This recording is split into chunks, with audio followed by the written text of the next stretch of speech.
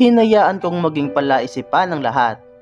Ayokong ipaalala kay Wade na kinumpronta siya ni Roseanne. Ayaw ko ring i-hurt ang ego niya sa pamamagitan ng pagpapaalala kung bakit ayaw ni Roseanne sa kanya para sa akin. Besides, lumabas na makapal ang mukha ko sa ginawa ni Roseanne. Hindi naman ako yung tinitignan niya, kaya bakit ko pa bubuhayin yung pagkakamali ni Roseanne? Hindi ba?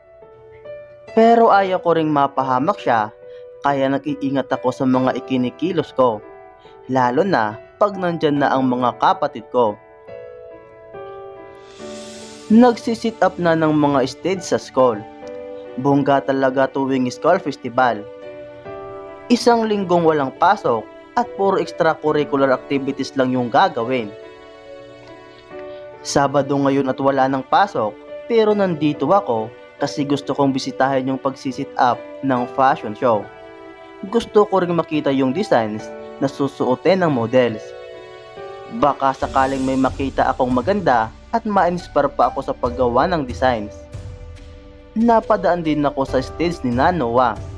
Maraming magpe-perform ng mga banda. Isa sa kanila ang pinakasikat na banda ngayon sa Pilipinas. Excited nga si Noah kasi magpe-perform sila sa iisang stage noong bandang iyon. Sa sobrang sikat din kasi ng bandang Going South ay nagkaroon na sila ng world tour. Ganon ang pangarap ni Noah. Ang mapagkakitaan ng gusto ang talento niya. Maganda nga ayon. Maganda sana kung mapagkakakitaan natin ang mga fashion natin. Pero mahirap. Most of the time, you are trapped in the wrong place. Hi miss. Napalingon ako sa nagsalita sa likuran ko. Laking gulat ko nang nakita ko si Wade. Nakangiti siya ng usual evil smile niya. Naka-black jacket at nasa likod niya ang gitara. Wade? Uminit agad ang pisngi ko. Hindi naman sa hindi ko ina-expect na magkikita kami. Alam kong magkikita kami ngayon, pero hindi ko inaasahang kakarating ko lang ay siya ang bumbungad sa akin. Ba't ka nandito? Tanong niya. Naglakad siya kasabay ko. Pakiramdam ko, lumulutang ako sa hangin dahil kasama ko siyang naglalakad. Ngumisi siya at pinasadahan ng palad ang buhok. Gumulo ito kaya mas lalo siyang naging attractive. Pagkatapos nun ay kinagat niya ang labi niya at ngumisi sa akin with matching dimple. I look away. May titignan lang ako. Sabi ko. Tumango siya. Ano? Yung stage ng fashion show. Dinig ko kasi ipopost yung designs ngayon. Bala ko sanang tignan ng mga iyon. Ngumuso siya. Sige. Pupunta din naman ako sa stage nyo. Dito na ako liliko. Sabay turo ko sa daanan papuntang fashion show. Pagliko ko, nabigla ako nang lumiko din siya. Tumaas ang kilay ko at tinignan ko siya. Bakit? Tumaas din ang kilay niya at ngumiti din sa akin. Sasama ka? Tanong ko. Di naman, talagang dito lang ako dadaan. Tumango ako at tumigil sa tapat ng stage ng fashion show. May mga modelong nagpa-practice sa stage. Nakapaskil naman ang mga design sa baba. Naagaw pa ang atensyon ng mga modelo nang dumating kaming dalawa ni Wade. Well, hindi naman talaga ako yung nakaagaw ng atensyon. Si Wade. Bahagyang tumigil ang pag-iinsayo nila at silang lahat ay napatingin sa amin. Uminit ang pisngi ko at nagtago sa mga designs. Kumunot ang noo niya at tinignan ako. Bakit ka nagtatago? Umiling ako at ngumisi. Nakakunot ang noo niya at patuloy na tinignan ang mga nakanganga ngising modelo. May isa pang kumindat sa kanya. Sumulyap siya sa akin bago kumindat sa babae. Playboy. Bulong ko sa sarili ko. Naalala ko tuloy yung sex life question na tinanong niya sa nurse. Naisip ko tuloy kung ilang babae na kaya ang naging girlfriend niya. At naisip ko rin kung bakit siya nagtsatsaga sa Zoe na yon. Napalingon siya agad sa akin at nalaglag ang panga. Nabigla ako sa naging reaksyon niya sa sinabi ko. Para bang may natamaan ako sa sistema niya. Bakit? Ngumisi ako. Hindi siya sumagot. Umiling ako at nagpatuloy sa pagtitingin sa mga designs.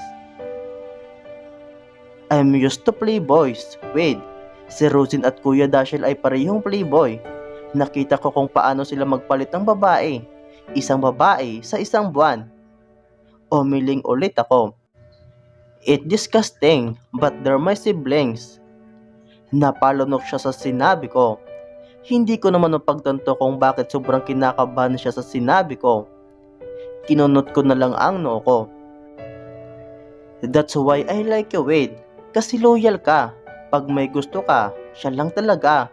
Kaya mong magparaya para kay Zoe. Tinamaan ako ng hiya dahil sa sobrang pagtitig at pagkalaglag ng panga niya, kaya naglakad ako palayo sa kanya. Lika na nga, sabi ko. Kahit di pa ako natatapos sa pagtitingin ng designs, ay niyaya ko na siyang umalis. Bumabaha na kasi ng laway sa paligid. Kitang-kita ko na yung mga babaeng parang langgam kung lumapit sa kanya. Yung tipong sa oras na aalis ako sa tabi niya, ay lalantakan siya agad ng mga ayon. The cons of being with Ribas. Or maybe, the cons of being with Ribas. Tahimik siya hanggang sa makarating kami sa stage nila. Nandoon na sina Noah, Warren at Joey sa itaas. Nagsisit up na ng stage at chinicheck ang mga instruments. Mas lalang bumagal ang paglalakad ni Wade. Nilingon ko siya at nakita kong half open pa rin ang bibig niya. Anong problema ng isang ito? Hanggang sa tuluyan na siyang tumigil sa paglalakad. Kumunot ang noo ko at tumigil na rin. May problema ba, Wade? Tanong ko. Tinignan ko ng mabuti ang mga mata niya at nakita kong nakatingin siya sa likod ko. Lumingon ulit ako sa stage. Sa kunting taong manonood ng practice, sa stage ulit at sa mga tao ulit. Zoe spotted. She's freaking hair. Kaya siya natigilan. Kinurot ang puso ko kung saan ako yung nagdudulot sa kanya ng ganyang reaksyon. Hinila ko ang kamay niya. Let the plan begin, Rina. Rina, wag! Simpleng sinabi ni Wade. Umiling ako at mas lalo siyang hinila. Nagpahila siya pero mas malakas pa rin ang hatak niya sa akin. Come on, Wade, let her see us. Magsisilos yon. Don't be ridiculous. Huwag kang matakot na mawala siya sa'yo. Nabigla ako nang tinanggal niya ang kamay niya sa kamay ko. Tama na, Rina. Pasigaw niyang sinabi. Nanlaki ang mga mata ko at natigilan sa sinabi niya. Akala ko hindi na ako makakapagsalita sa ginawa niya, pero humugot pa ako ng lakas para magrason. Pero Wade, hindi pwedeng forever ka na lang martir. Rina, tama na sabi. Mahina ng pagkakasabi niya sa akin noon, pero tagos sa puso ang naramdaman ko. Namuo agad ang luha ko. Kahit na ilang beses na akong lumagapak sa buhay na ito, pero hindi ko pa naranasan ng ganitong klaseng rejection. Umalis ka na muna, Rina. Anya, hindi ako umalis. Tumunganga lang ako sa harapan niya. I know he's harsh, pero hindi ko nakitang ganito siya ka-harsh pag nandyan si Zoe. Umalis ka na. Napapikit ako sa sigaw niya sa akin. Humakbang ako palayo hanggang sa nakita kong papalapit na si Zoe sa kanya. Mabilis ang mga hakbang ni Zoe at mabilis din ang paghinga niya. Tumakbo ako papuntang pinakamalapit na dingding at doon nagtago.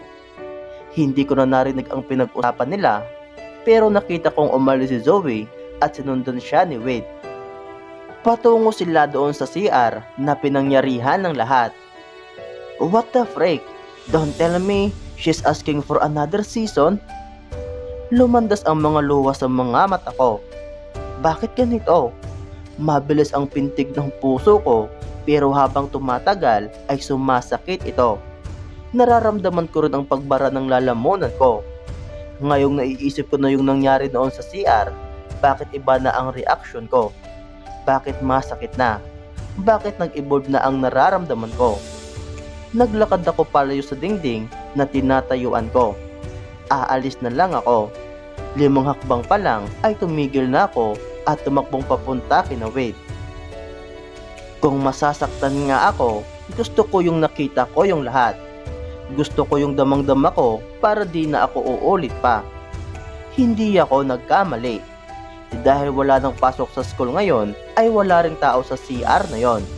Alam ko naman, simula pa lang na hindi niya na ako mapapansin kasi bukod sa pangit ako, may iba pa siyang mahal. Pak! Sinampal siya ni Zoe pero si Zoe ang umiiyak. Sinilip ko sila sa bitak ng pintuan. Pinunasan ko ang luha kong dahilan ng pagiging blurry ng paningin ko. With Ribas, how dare you? Zoe, mahinaw ng boses ni Wade. Sorry, talagang ayoko na. Ayaw mo na? Are you kidding me? You play almost all the girls in Alegria. Tapos ngayon ka patitigil dahil nasa syudad ka na? Bakit? May iba ka bang nakita? Yung mas magaling, Wade. Narinig kong suminghap si Wade at pinakalma si Zoe. Sorry Zoe, sinabi ko naman sa'yo, pag nandito na ako, pag-aaral ko na lang ang aatupagin ko. I thought you like me, Wade. Nabasag ang boses ni Zoe. I don't like you enough. Hindi ko na malayang hindi pala ako humihinga. You jerk! Pagkatapos mong gawin sa akin to, lulukuhin mo rin pala ako. Wade, you were the only one.